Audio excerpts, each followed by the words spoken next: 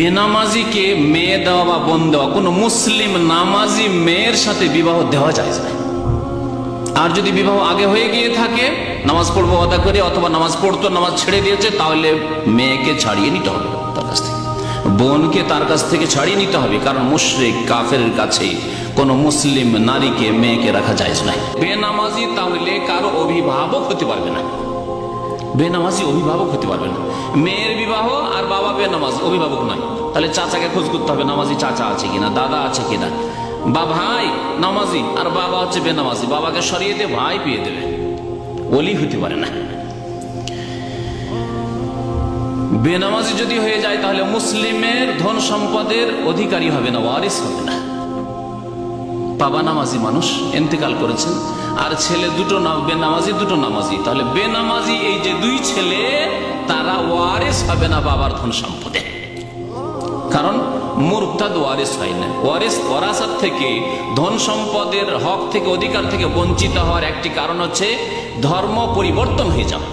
এই ব্যক্তি মুরতাদ হয়ে গেছে, ইসলাম থেকে বেরিয়ে গেছে। সুতরাং যতক্ষণ পর্যন্ত 5 ওয়াক্ত নামাজ কায়েম না করবে, নামাজি বাবা থেকে, নামাজি মায়ের থেকে ধন সম্পদের হক পাবে না।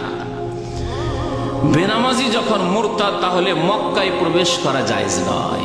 আর আজ অসংখ্য বেনামাজি হজে যায়, উমরায় যায়। বেনামাজি হজ চলে এসছে, পয়সা হাতে হজে চলে এসছে, বেনামাজি উমরায় যায়, ঘন ঘন উমরায় যায়। কবুল হবে না, কিছুই কবুল হবে না। বরং এইরকম বেনামাজির মক্কা মদিনা যাওয়াই জায়েজ নয়। আল্লাহ পাক রব্বুল আলামিন কোরআনে কারীমে বললেন, ইন্নামাল মুশরিকুনা নাজাস, মুশরিক হচ্ছে নাপাক। ফালা ইয়াকরাবুল মাসজিদাল হারামা বাদা আমিহিম হাযা, সুতরাং মসজিদে হারামের নিকটবর্তী যাতে এই বছরের পরে আর না হয়। আর এর আগে উল্লেখ করেছি যে মুশরিক কাফের বেনামাজি সমান অপরাধী, সমান অপরাধী। সুতরাং ইমাম ইবনে ইসহাক রাহমাতুল্লাহ এই আয়াত দিয়ে দলিল পেশ করে বলেছেন যে মুশরিকের মতোই অবস্থা হচ্ছে বেনামাজির। বেনামাজি অধিকার রাখে না মক্কায় প্রবেশের। বেনামাজির জবাই করা পশু, গরু, ছাগল, মুরগ, মুরগি, হাঁস জবাই করেছে, খাওয়া জায়েজ নয়। এবং এই ক্ষেত্রে সতর্কতা অবলম্বন করবেন। কোন আত্মীয় বাড়ি গেছেন, বেনামাজি, খেতে হবে বলে আমি জবাই করে দেবো। যতটুকু করতে পারবেন কমপক্ষে এতটুকু করেন।